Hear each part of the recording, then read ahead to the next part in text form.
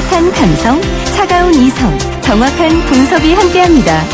뜨거움과 따뜻함이 함께하는 시간, 신율의 출발 새아침.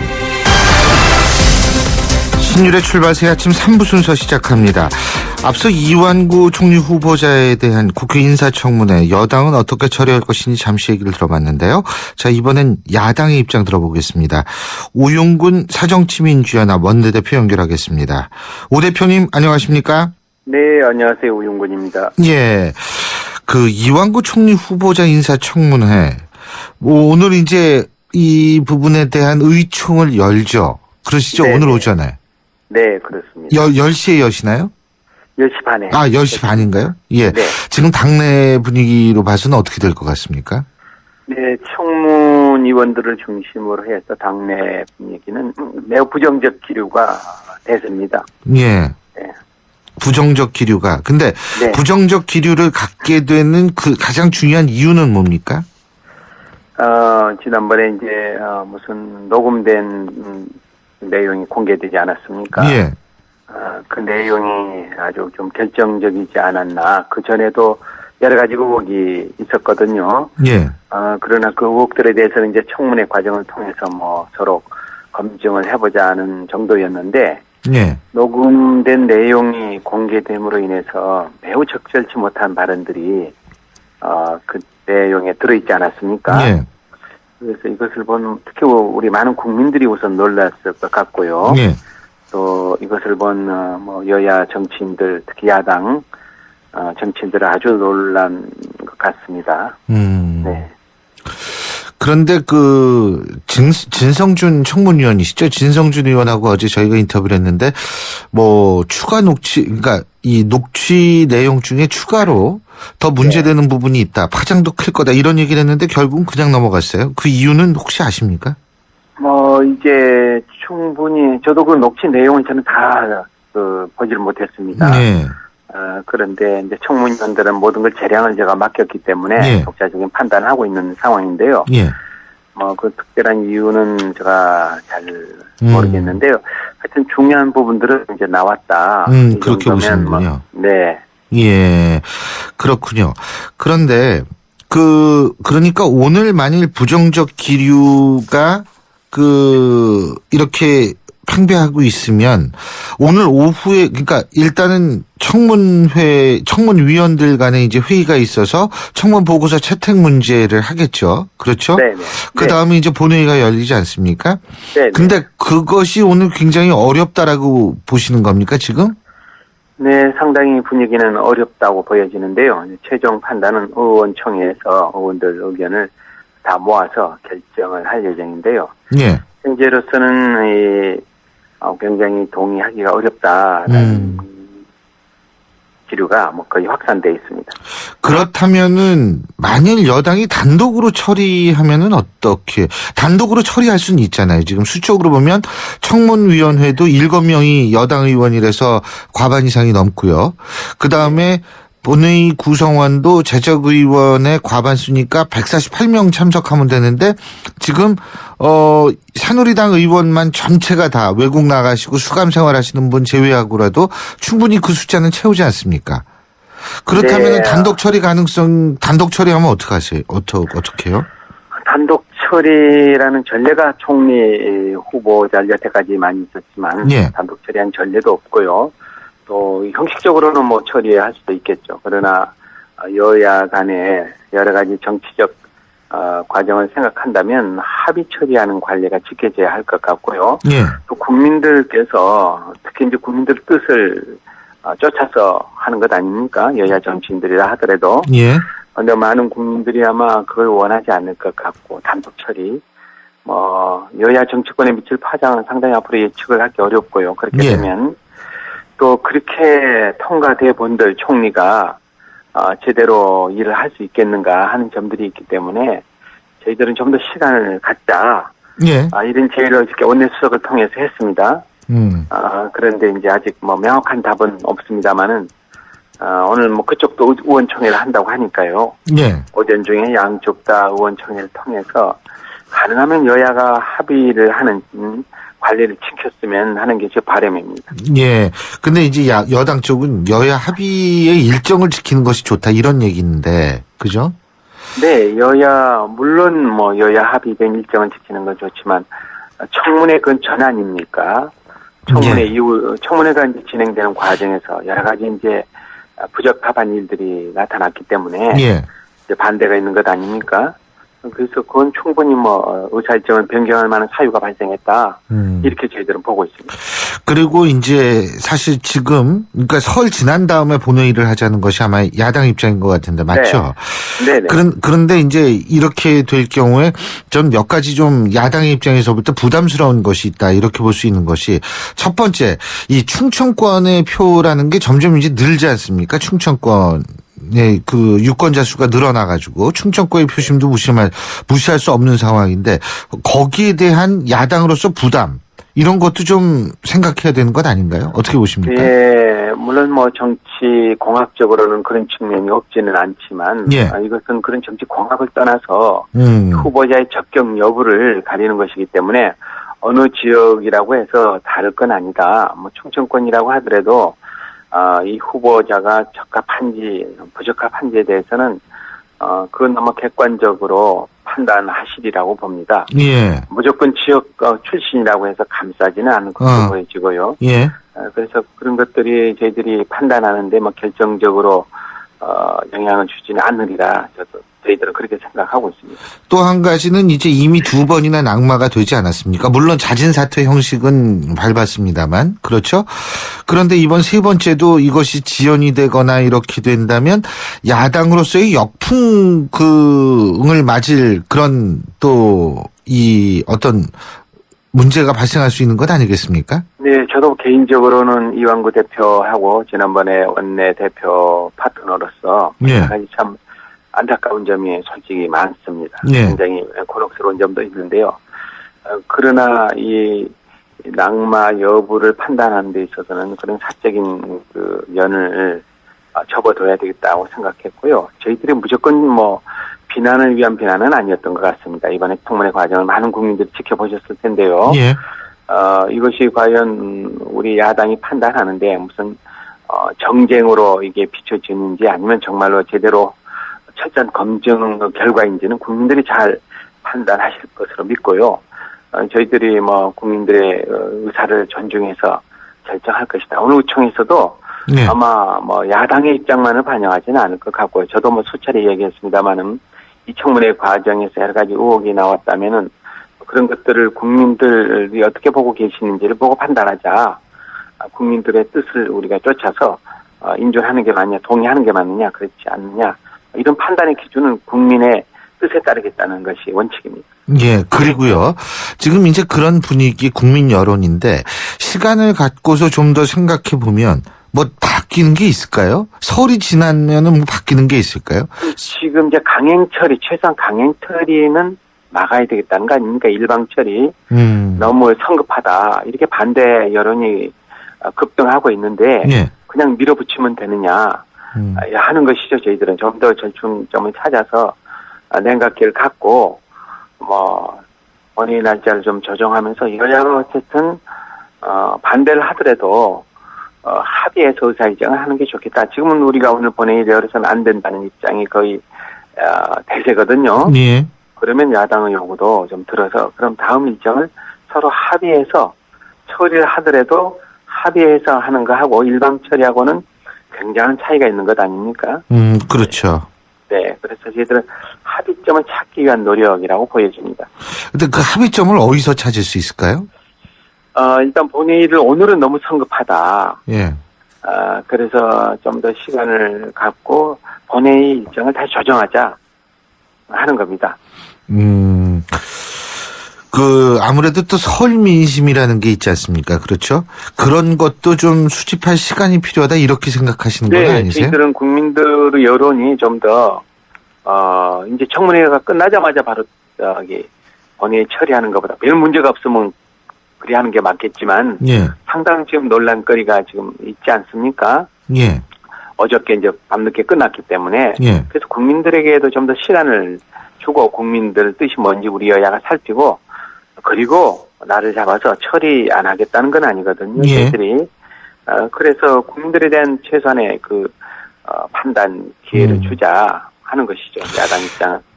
만일 말이에요. 이완구 총리 후보자가 총리가 된다라고 가정을 했을 때요. 만일 개헌 문제에 있어서는 좀 어떻게 야당과 잘 호흡이 맞을 거라고 생각하세요? 어떻게 보세요? 저는 개인적으로 충분히 대화가 되시는 분으로 판단했습니다. 개헌에 대해서도 네. 어저께도 따로 시간이 되면 밝히겠다. 다만 지금 경제 상황이 좋지 않아서 예. 말씀을 못 드린다라고 하지 않았습니까? 예. 저는 개인적으로 이완구 총리 후보자가 개헌에 대해서도 상당히 전향적인 자세를 갖고 있는 분이다. 이렇게 판단하고 있습니다. 그때 무슨 모종의 이제 개헌 논의를 하자 이런 약속 같은 것도 있으셨나요? 두 분이서? 정치적 약속은 아니고요. 예. 허심탄회하게 이야기를 많이 나눴습니다. 예.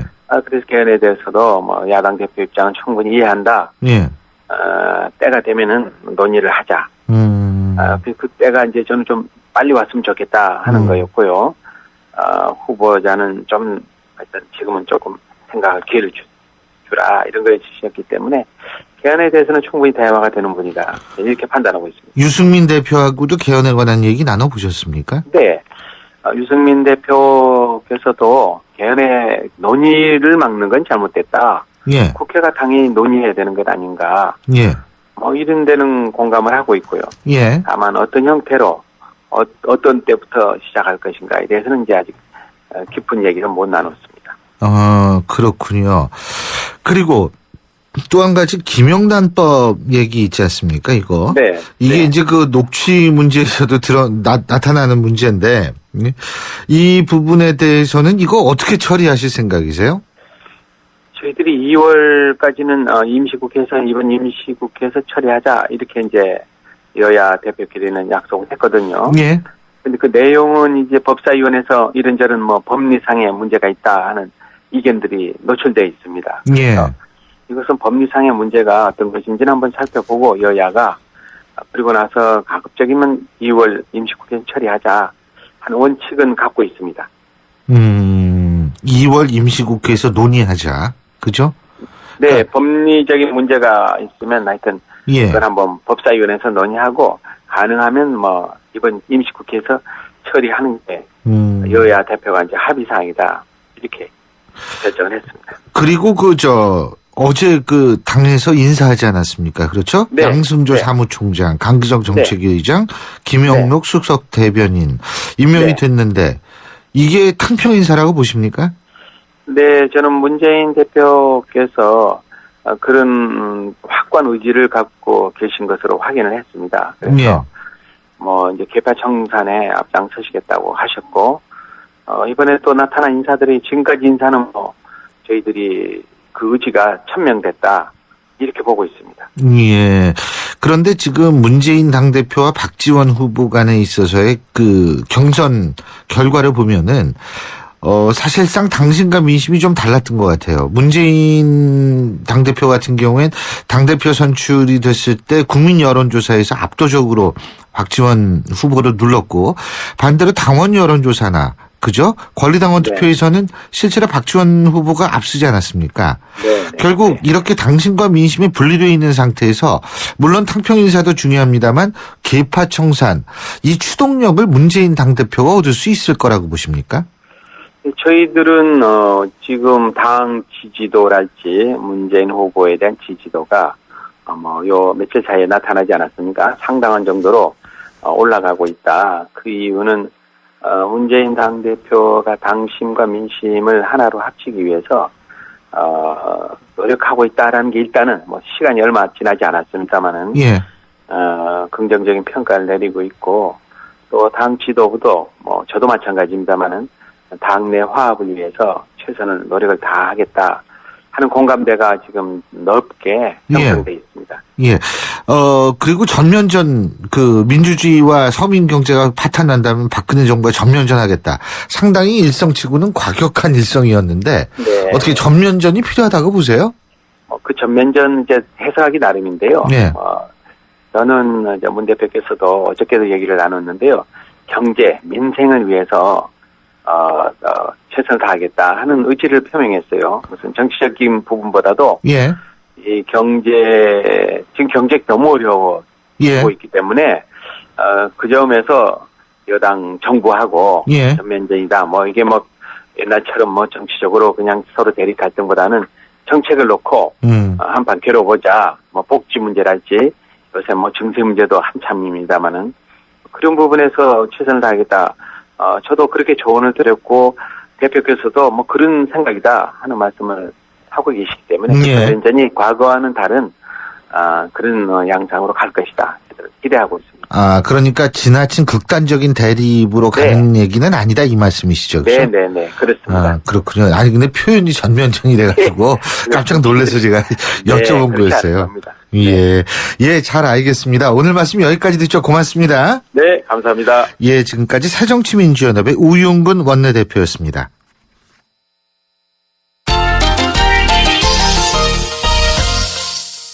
스포츠 소식 알아보겠습니다. 경향신문 김세훈 기자 연결합니다. 김세훈 기자. 네, 안녕하세요. 안녕하십니까. 네네.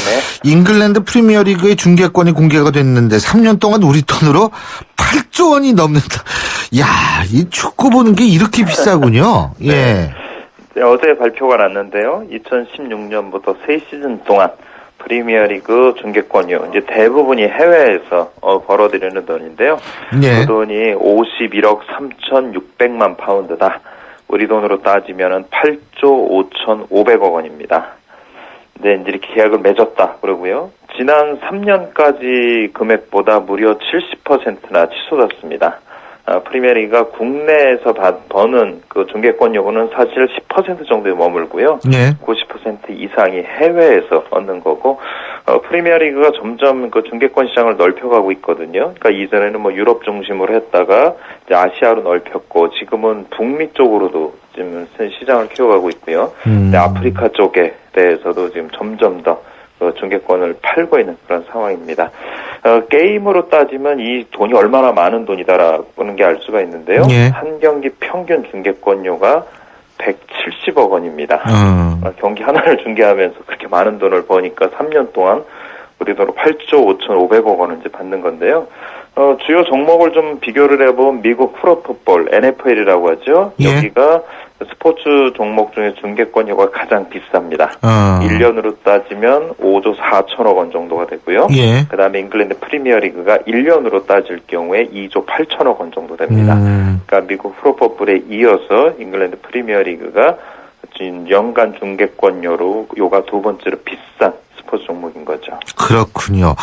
그리고 우리나라 축구대표팀의 3월 A매치 상대가 우즈베키스탄하고 뉴질랜드로 확정이 됐네요. 네, 제가 지난번에 한번 말씀을 드렸죠. 우즈베키스탄하고 이제 경기를 갖게 되는데, 우리 대한축구협회는 좀 발뺌을 하고 있지만 할 거다라고 말씀을 드렸는데요. 어제 공식적으로 발표가 났습니다. 예. 3월 27일 날 우즈베키스탄하고 그리고 31일 날 뉴질랜드하고 경기를 갖게 되고요. 장소는 하나는 서울에서 열릴 거, 하나는 지방에서 열릴 것 같은데요. 어느 경기 어떻게 어디로 배정될지는 결정이 안 됐습니다. 예. 우즈베키스탄하고 우리는 지난번 호주 아시안컵 8강전에서 우리가 연장전 끝에 2대0으로 우즈벡을 꺾고 4강에 올라갔었죠. 예. 우즈벡하고 상대 전적도 우리가 9승 2무 1패로 많이 앞서고 있는데 최근에 22세 이하 대표팀이 태국에서 킹스컵 대회를 할 때 우리 선수가 우즈베키스탄 선수한테 정말 구타를 당한 적이 있었죠. 폭력을 당했었는데 그 때문에 이 우즈베키스탄하고 경기가 우리나라하고 하는데 좀 또 다른 요인이 하나 될 것 같기도 하고요. 일단 우즈베키스탄은 우리나라하고 경기를 갖고 4일 후에 일본하고 다시 경기를 갖습니다. 예. 그러니까 이렇게 보통 해외 팀들이 국내에 올 때는 우리나라나 일본 또 우리나라나 중국 이렇게 거쳐서 경기를 갖게 되는데요. 우즈베키스탄이 우리나라를 찍고 일본으로 넘어가게 되고요. 뉴질랜드는 피파 회원국이 209개국인데 예. 그중에 131위입니다. 랭킹이. 예. 그러니까 약체고요. 우리가 6번 싸워서 5승 1무로 앞서 있고 한데 뉴질랜드는 일단 우리하고 경기만 위해서 한국 지금 아시아 쪽으로 오고 있는 거로 알고요. 아마도 우리 전이나 우리 뒤쪽이나 해서 중국이나 다른 나라하고 평가전을 잡을 것 같습니다. 예, 잘 알겠습니다. 시간 관계상 오늘 말씀 여기까지 듣겠습니다. 고맙습니다. 네, 고맙습니다. 경향신문 김세훈 기자였습니다. 출발 새 아침은 청취자들의 참여를 기다립니다. 짧은 문자 50원, 긴 문자 100원의 문자 서비스 혹은 트위터 YTN 알스타트로 함께해주세요. 참여하신 분들 중 몇 분을 선정해 준비한 선물을 보내드립니다.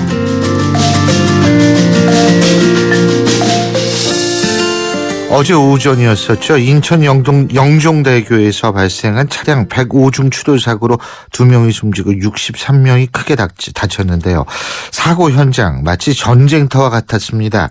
짙은 안개가 사고 원인이었다고 하는데 교통 전문가의 시각은 어떤지 임기상 자동차 시민연합 대표 연결하겠습니다. 임 대표님 안녕하십니까? 네, 안녕하세요.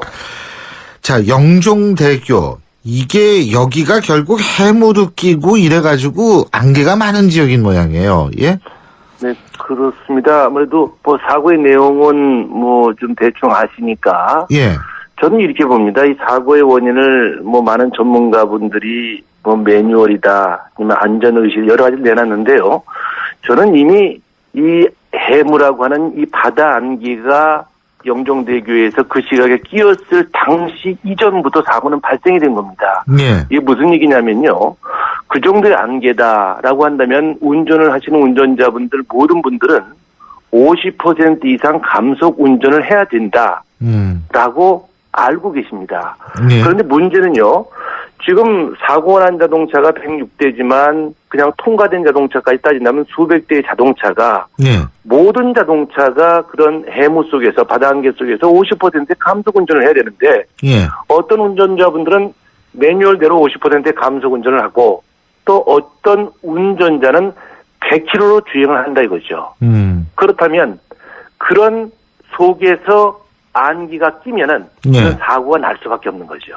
그러니까 과속 때문에 그렇다 이 말씀이시잖아요. 그렇죠. 결국은 기본적인 이 안전운전이라고 하는 것은 기술이 아니라 교과서거든요. 예. 또 이 교과서라고 하는 것은 100대의 자동차가 물 흐르듯이 가는 가운데서 모든 아하. 자동차가 예. 그 매뉴얼을 지켜야만 예. 공동으로 안전이 지켜지는 건데 예. 여기서 106대 자동차 중에서 50대는 시속 50km 감속 운전을 하고요. 예. 나머지 자동차는 100km로 운전을 했을 것이 아니겠습니까? 그렇다면 이것은 사고가 예견됐고 사고가 날 수밖에 없는 상황이죠. 가시거리가 10m 정도밖에 안 된다고 그러는데 거기서 100km 낼 수 있나요? 그거? 그러니까 지금 뭐 100km 이상 아니, 눈 감고 운전하는 거나 마찬가지 아니에요? 이 바다 안개의 특성이요.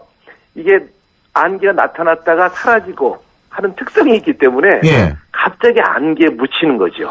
아, 그러니까 이제 쉽게 얘기해서 안개를 이제 길 속에서 슬슬 가다가 안개가 또 거친 지역이 나오면 거기서 속력을 내다가 갑자기 안개가 끼는 지역이 또 나타나가지고 문제가 발생한다 이 말씀이시죠? 그럼 우리가 과속 감지 카메라를 캥거루 운전을 하듯이 예. 감지 카메라 없어지면 과속을 했다가 또 과속 감지 카메라가 하면 그렇죠. 속도 줄이죠. 그 카메라에 맞춰서 가듯이 예. 이 안개도 그런 위험성을 안고 있는 거죠. 전 구간이 안개가 꼈다면 상관이 없는데 이 바다 안개의 특성이 구간 끼다 보니까 이게 자동차가 안개에 묻히는 순간 예. 또 안개가 있을 것이다. 안개가 있다라고 예측한 안전운전자분들은 감속 운전을 했는데 예. 안개에 묻힌 100km, 110km 간 자동차들은 아수랑처럼 앞차를 들이받고 앞차 예. 1차선, 2차선을 갈 수밖에 없는 거죠. 그리고요, 사실은 일부 운전자들은 물론 그걸 잘 몰라서 그러시는데 안개 끼면은 전조등 켜고 하이빔까지 하시는 분이 있는데 그러면은 사실 안개 입자에 빛이 반사돼서 오히려 더 안 보이잖아요. 네? 사실 이제 등화 장치라고 하는데요. 예. 저는 그렇게 봅니다. 이 등화 장치다. 오늘 아침에 출근할 때 예를 들어서 안개 낀 구간이 많다라고 했을 경우에는요. 예. 지금 요즘 같은 날씨에는 이 미세먼지도 많고 또 눈이 와서 염화칼슘 뿌렸으면은요. 예. 등화 장치에 흙먼지로 다 덮여 있어요. 결국은 흙먼지에 덮여 있는 등화 장치가 되기 때문에 이것이 안개 구간 속으로 들어가면 더욱이 식별이 안 됩니다. 앞차가 안 보인다 이 말씀이시잖아요. 그렇죠. 그렇기 때문에 저는 물론 안전 매뉴얼도 좋고 첨단 시설도 좋지만 운전자분들께도 안개가 낀 날씨다라고 했을 경우에는 아침에 출근하시기 전에요. 이 무류지 같은 거 있지 않습니까? 예. 전조등하고 제동등 정도는 이렇게 닦아주고 갔을 경우 아무래도 안개에서 이렇게 선명하고 깨끗한 등화 장치는 식별이 용이하거든요. 예. 또 전조등도 또한 가시거리도 늘어나는 것이고요. 그런데 이런 것이 바다 안개에 또 흙먼지에 덮인 그리고 이 등화장치에 또 과속과 또 저속 예. 운전한 자동차가 엉키게 될 수밖에 없는 거죠. 근데요, 제가 이렇게 볼 때는 유럽 같은 경우에는 안개등을 켜면 우리나라는 앞에 들어오잖아요, 안개등이. 네. 근데 유럽은 뒤에 들어오거든요. 사실은 안개등은 뒤에도 달아야 되는 거 아니에요?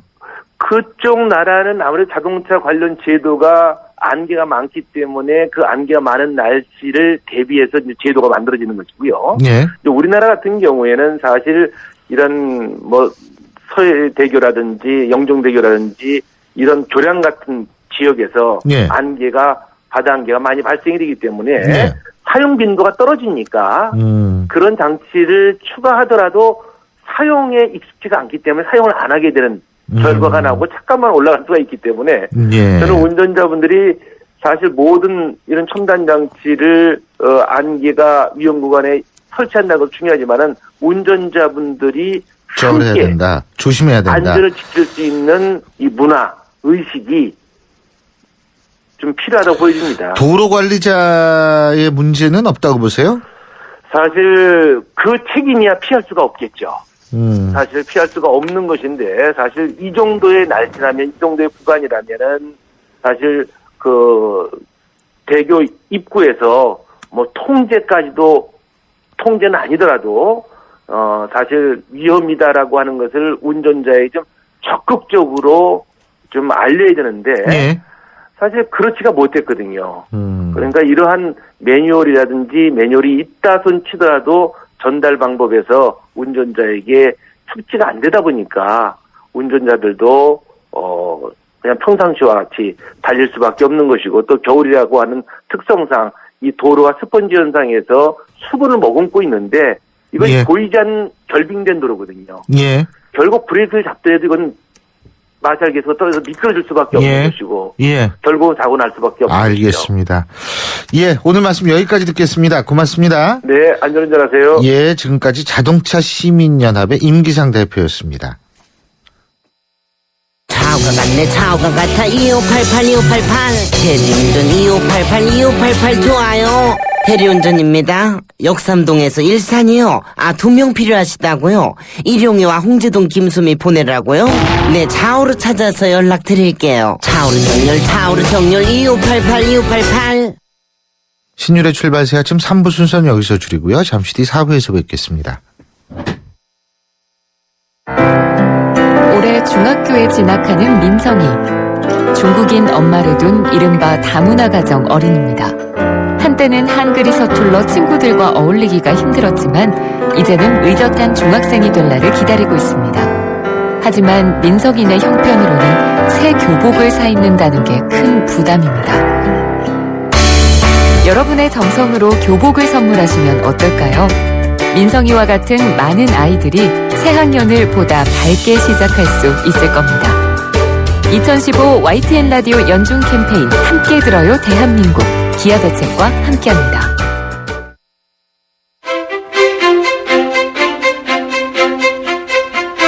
여러분은 지금 신율 교수가 진행하는 출발 새 아침을 듣고 계십니다. 신율의 출발새 아침 4부 순서 광고 듣고 시작하죠.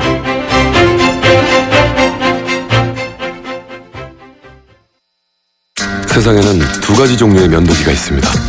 곡면에 적응하지 못하거나 곡면에 완벽하게 밀착되거나 플렉스볼 기술로 새롭게 탄생한 퓨전 프로글라이드. 턱선을 따라 반응하는 질레트 최적의 밀착면도. 지금 프로글라이드를 검색해보세요. 질레트. 2013, 2014, 2015 해마다 덜 받는 연말정산? 롯데카드면 올해도 더 받는 연말정산. 롯데카드 연말정산 더 받는 프로젝트 2015 시즌. 연 1,000만 원 이상 이용 시 5개 항목 연간 이용 금액의 1에서 3%를 롯데포인트로 돌려드립니다. 3월 31일까지 신청. 해당 항목 및 자세한 사항은 홈페이지 참조. 대한민국을 고발합니다. 대한민국을 고발합니다. 여러분 얼마 전에 인터넷에서 아마 이런 기사 보신 거 다 기억하실 겁니다. 통장 잔고가 25원밖에 남지 않은 노인이 혼자 쓸쓸하게 사망을 했습니다. 자녀들도 있었다고 하는데 하지만 노인은 혼자 세상을 등질 수밖에 없었습니다. 정말 이 노인의 고독사 문제, 독거노인의 고독사 문제는 지금 우리 사회에서 가장 중요한 문제로 등장할 수밖에 없는 문제인데요. 자, 오늘은 독거노인의 고독사, 노인 세대 빈곤 문제 주제로 해보겠습니다. 지금 이 자리에는 빈곤사회연대 김윤영 사무국장 그리고 참여연대 안진걸 협동사무처장 두 분 나와 계십니다. 안녕하십니까? 안녕하세요. 안녕하세요. 예, 김윤영 국장께 제가 여쭤보는데 빈곤사회연대 먼저 그 단체부터 좀 소개해 주시죠. 네, 저희는 빈곤 문제가 개인의 문제라기보다는 사회적 결과로 발생이 되는 것이기 때문에 사회적으로 좀 함께 해결을 하자. 그렇죠. 예, 이런 취지로 모여있는 단체고요. 특히 가난한 사람들이 자신의 목소리를 스스로 내서 이런 문제들을 해결을 해보자라는 거에 좀 중점을 두고 있습니다. 그렇군요. 근데 이제 이 빈곤 문제, 특히 이제 지금 우리가 오늘 다루는 독거노인 고독사 문제, 이거 굉장히 많죠, 지금. 독거노인의 고독사요. 네, 독거노인 고독사가 최근에 나온 통계만 보더라도 2013년에 878명 계속 늘어나고 있는 수치인데요. 사실 이 안에서 보면 인구 집단으로는 50대 남성이 가장 높은 비율을 차지를 하고 있기는 합니다. 아, 혼자 죽는 고독사의 50대 남성이요? 네, 다소 충격적인 결과이기도 하죠. 독거노인은 아니지 않나요, 50대는? 그죠. 노인은 사실은 노인에는 포함이 되지 않을 수는 있지만 50대 남성 같은 경우에도 최근에는 소득이나 일자리를 상실한 경우들이 많고 또 이런 분들이 고독사를 많이 한다는 취지에서 보면 사회적 관계의 단절과 경제적 관계의 단절, 이게 같이 일어난다고도 볼 수 있고 노인 세대에게 그렇기 때문에 앞으로도 더 집중될 수밖에 없는 것을 좀 우려할 수밖에 없죠. 그러니까 교수님께서도 이제 아까 쉬는 시간에 말씀해 주셨는데 그 시민들께서 이 노인 세대 빈곤 문제나 노인 고독사 문제 관심이 많아진 이유가 이게 남의 문제가 아니라고 60대, 70대가 되면 나에게도 닥칠 문제다. 그리고 보니까 이미 알고 있는 분 중에도 그렇게 쓸쓸하게 사는 분들이 많더라. 이제 이러면서 이게 하나는 빈곤에 대한 대책과 복제 문제, 하나는 우리 사회적으로 촘촘한 어떤 인간적 네트워크가 무너진 문제, 이런 것들이 동시에 제기되는 것 같습니다. 그래서 사실 이제 빈곤사연대는 제가 자랑 좀 하고 싶은데요. 정말 한국 사회에서 가장 빈곤 문제에 전문적으로 대응하는 단체인데 시민들께서 이제 이런 단체들도 많이 후원도 해주고 도와주시면 좋을 것 같습니다. 예. 근데 지금 제가 통장 잔고 25원, 그분이 보강동에서 사시는 분이죠. 네. 문이죠. 근데 정부나 지자체 같은 경우에 예를 들면 기초노령연금도 나왔을 수 있는 거고 또 하나는 기초생활수급 대상자여서 정부로부터 생계비를 지원받을 수도 있었을 거고 그런데 문제는 이분이 지병이 있어서 그걸 병원비로 많이 쓰셨던 모양이에요. 내 기억으로는. 네. 사실상 이분 같은 경우에는 정부로부터 받을 수 있는 최대한의 지원을 받고 있다라고 봐도 무방한 상태였거든요. 기초생활수급도 받고 계셨고 기초연금도 받고 계셨습니다. 근데 지금 현재 기초생활수급자 같은 경우에는 기초연금이 20만 원으로 늘어나면서 수급비가 다시 20만 원이 깎이는 현상이 발생을 하고 있거든요. 그래서 사실 기초연금이 지급된다고 할지라도 추가적으로 지급되는 것은 아니고 수급비에서 고스란히 뺏겼기 때문에 기초생활 수급비 49만 원으로 생활을 하셨던 걸로 보이고요. 근데 지난달에 의료비로 30만 원 정도를 지출을 하셨다 그러더라고요. 뭐 이런 생활 상태라고 한다면 사실 통장에 정말 그 27원, 25원 그 정도를 남기고 돌아가실 수밖에 없는 그런 상황이 되리라는 걸 좀 짐작을 할 수가 있죠. 그러니까 결정적인 문제가 사실 이제 기초연금 지급되니까 우리 국민들께서는 기초생활보장급여에다 기초연금, 그러니까 이제 2015년 1인 가구 기초생계비가 49만 이제 9천 원 정도에서 한 50만 원. 거기다가 이론적으로는 기초노령연금 20만 원 주니까 69만 원. 혼자 사는 노인께 70만 원이면 그래도 한 100만 원 정도는 들겠지만 그래 70만 원 보통은 버틸 수 있겠거니 하셨는데 사실은 줬다 뺏는 개념입니다. 20만 원을 줬다가 기초생계 받으니까 하고 다시 뺏어가 버리는 거거든요. 그래서 실제로 이분이 49만 원밖에 못 받았어요. 근데 병원비 교수님 말씀한 병원비 30만 원. 그게 이분이 아픈 병이 있었는데 건강보험이 적용이 안 되는 비급여 질병이신 거예요. 그러니까 건강보험의 문제점까지 동시에 또 드러나는 거죠. 비급여. 예. 그 카바가 안 되는. 예, 맞습니다. 그러니까 병원비가 많이 든 거죠. 그러니까 보통 아프신 분들이 병원비 많이 들면 우리 옛날에 어르신들도 그랬잖아요. 차라리 병원 안 가고 끙끙 앓고 막 그러신 분들 많았잖아요. 그러니까. 그 건강보험이 적용이 안 되는 사례는 이거 진짜 그러니까 건강보험 카바를 할 수 있는 범위를 자꾸 늘려야 되는 거 아니에요? 그렇죠. 지금 건강보험이 전 국민을 대상으로 한다라고 하지만 건강보험에 가입되어 있는 가입자와 그리고 이제 국가에서 지급하고 있는 의료급여 수급자 사이에 굉장히 넓은 사각지대가 있거든요. 근데 이분 같은 경우에는 사실 의료급여도 받고 계셨어요. 근데 의료급여 수급자라 할지라도 병원을 무료로 이용할 수 있는 건 아니고요. 자기부담금이라는 것이 있고 또 비급여 항목에 대해서는 건강보험 대상자들과 똑같이 해당이 되거든요. 그러니까 사실 가난한 기초생활수급자 같은 경우에는 비급여 항목은 포기하는 경우가 대부분 많다 이렇게 생각하시면 될 것 같고요. 본인 부담금 같은 경우에도 뭐 병원 한번 갔다 올 때 500원 정도라든지 입원비의 15% 정도라든지 뭐 식대 15% 정도라든지 이 정도라고 하지만 아까 말씀드렸듯이 49만 원으로 빠듯하게 한 달을 살아야 되는 기초생활수급자들에게 감당하기 어려운 수준이라는 것이죠. 참 이게 노인 문제가 진짜 심각한데 그 통계적으로 지금 독거 노인의 빈곤 노인의 고독사가 어떻게 나오고 있습니까? 통계적으로 본다면 수치적으로요. 지금 사실 고독사라는 거는 약간 이제 굉장히 특정한 죽음을 이루고 있는 거잖아요. 그러다 보니까 뭐 전체에서 되게 많은 퍼센트라든지 이렇게 차지가 되어 있는 것은 아니지만 기초생활수급자 노인들 같은 경우에는 보통 노인의 사망률보다 다소 좀 높게 나타나고 있고요. 사실 노인 사망률이 전체 인구보다 높기는 하지만 그중에서도 또 가난한 노인들에게는 더 높게 나타나고 있다 이렇게 보실 수 있습니다. 그러니까 대략 OECD에서 우리 노인 빈곤율이 최악의 상향이라는 건 OECD가 계속 대한민국을 이렇게 아동하고 노인에 대해서 소홀하냐라고 계속 지적을 합니다. 그게 전형적인 사회적 약자에 대해서 소홀한 거예요. 쉽게 얘기한다면. 네, 맞습니다. 그러니까 정치적 발언권도 약하시죠, 이분들이. 그러니까 그런데 아주 이제 방금 우리 김윤국 장에서 말씀해 주신 것처럼 사실 통계 안 잡히는 숫자가 훨씬 많은데요. 2011년도에 682명, 2012년도에 719분, 2013년도에 878명, 이제 아무도 없이 그냥 뭐 이렇게 뭐 몇 달 만에 뭐 발견됐다 이렇게 너무너무 슬프고 그런 쓸쓸한 기사들 있지 않았습니까? 그 집계론이 이 정도인데 우리 국장 말씀처럼 사실 이게 집계에 잡히지 않는 빈곤 노인이 훨씬 많다. 저는 그냥 이 자리에서 우리 정부나 국회 정치권에 이런 말씀드리고 싶은데 당신들께서 곧 있으면 할아버지 되시고 할머니 되시는데 49만 원으로 살 수 있는지 물어보고 죄송한데요.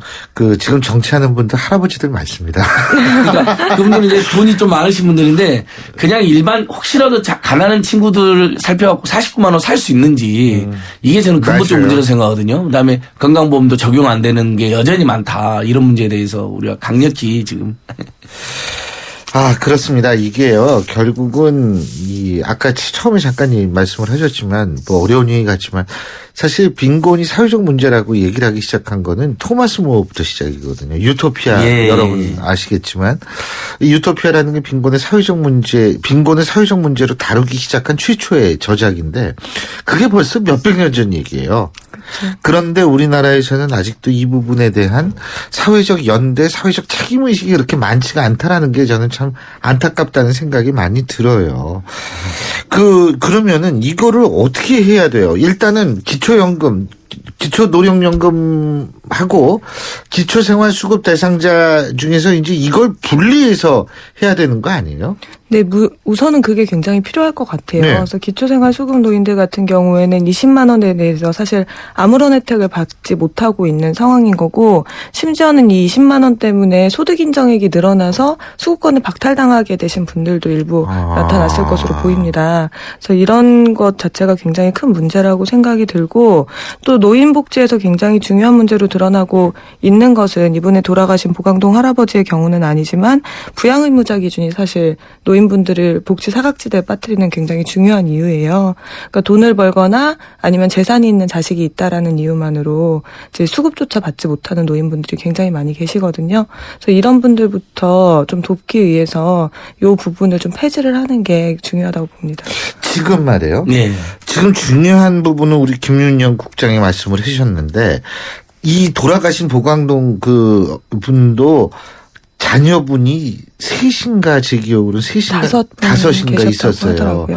그런데 중요한 그러고 아들 만나러 가신다고 이분이 또 아들 만나러 가신다고 그럴 때는 이렇게 쫙 양복 입고 나오시고 이런 걸 동네 사람들이 다 봤어요. 그렇다면은 자녀분들과의 접촉이 없는 분이 아니었었다는 거거든요. 네, 뭐. 근데 그렇죠. 이런 케이스들이 많은 모양이에요. 고독사. 자녀가 있음에도 불구하고 고독사하는 경우가. 네, 사실상 가족 관계라는 거 그리고 경제적 어려움이라는 거는 어느 한 시점에 딱 발생을 한다고 보이지 않거든요. 굉장히 오랫동안 인생에서 좀 축적이 되고 오랜 과정 동안 진행이 되기 때문에 이 사이에서 경제적 단절이 관계 단절이나 가족 관계 단절을 갖고 오는 경우가 굉장히 흔합니다. 그래서 지금 뭐 이분 같은 경우에도 자녀를 만나러 간다라는 이야기를 주변 분들이 증언을 하시기는 하셨지만 사실 자녀가 5분이 있는데 기초생활수급자가 되신 것을 보면 가족관계 단절 상황이 인정이 된 바가 있었다든지 아니면 이 5분의 자녀분들 모두 부양 의무자이기는 하지만 부양 능력이 충분하지 않을 정도로 경제 상황이 안 좋으신 것으로 보입니다.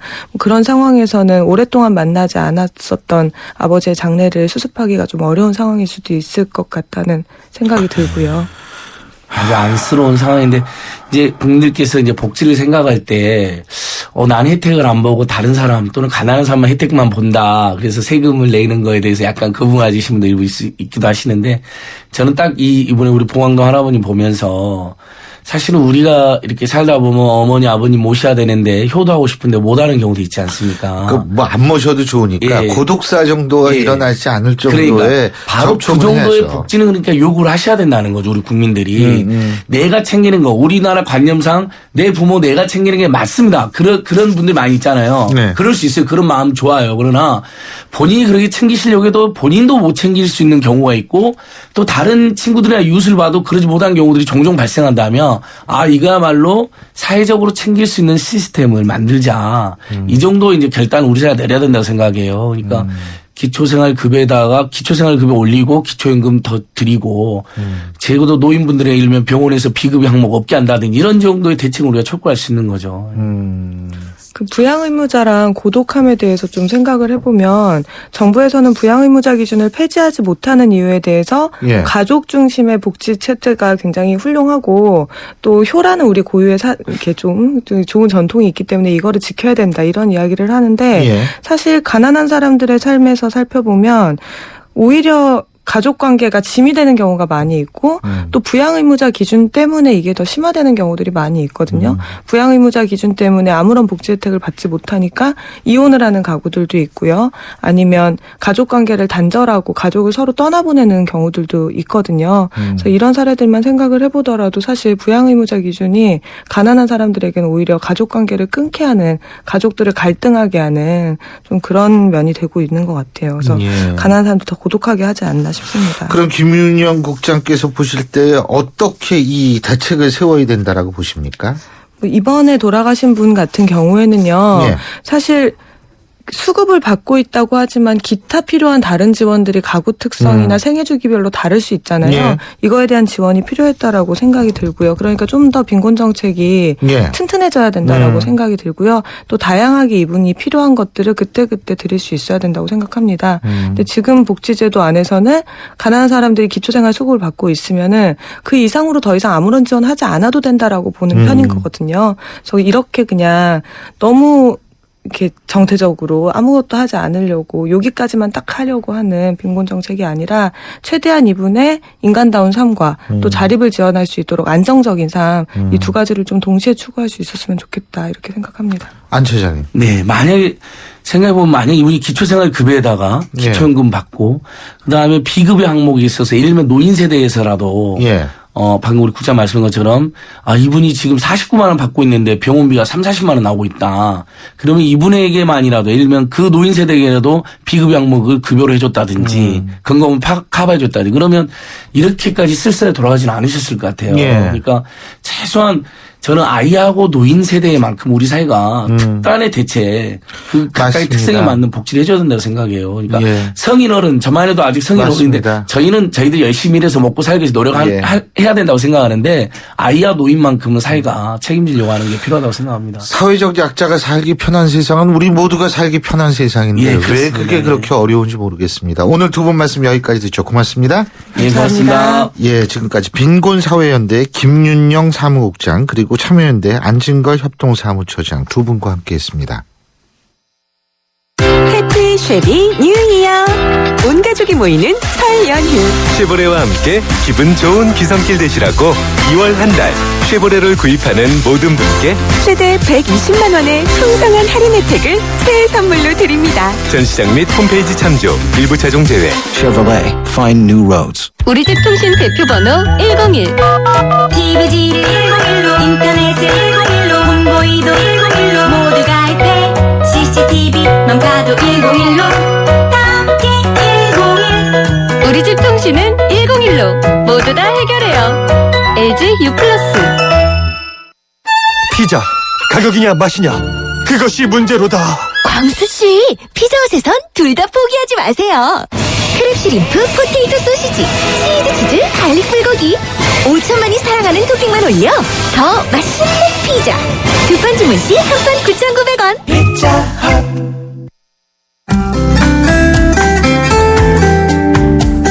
신율의 출발 새 아침 저희가 준비한 순서는 오늘 여기까지입니다. 저는 내일 아침 7시 15분에 여러분 다시 찾아뵙죠. 오늘도 힘찬 하루, 좋은 하루 되시기 바라겠습니다. 고맙습니다.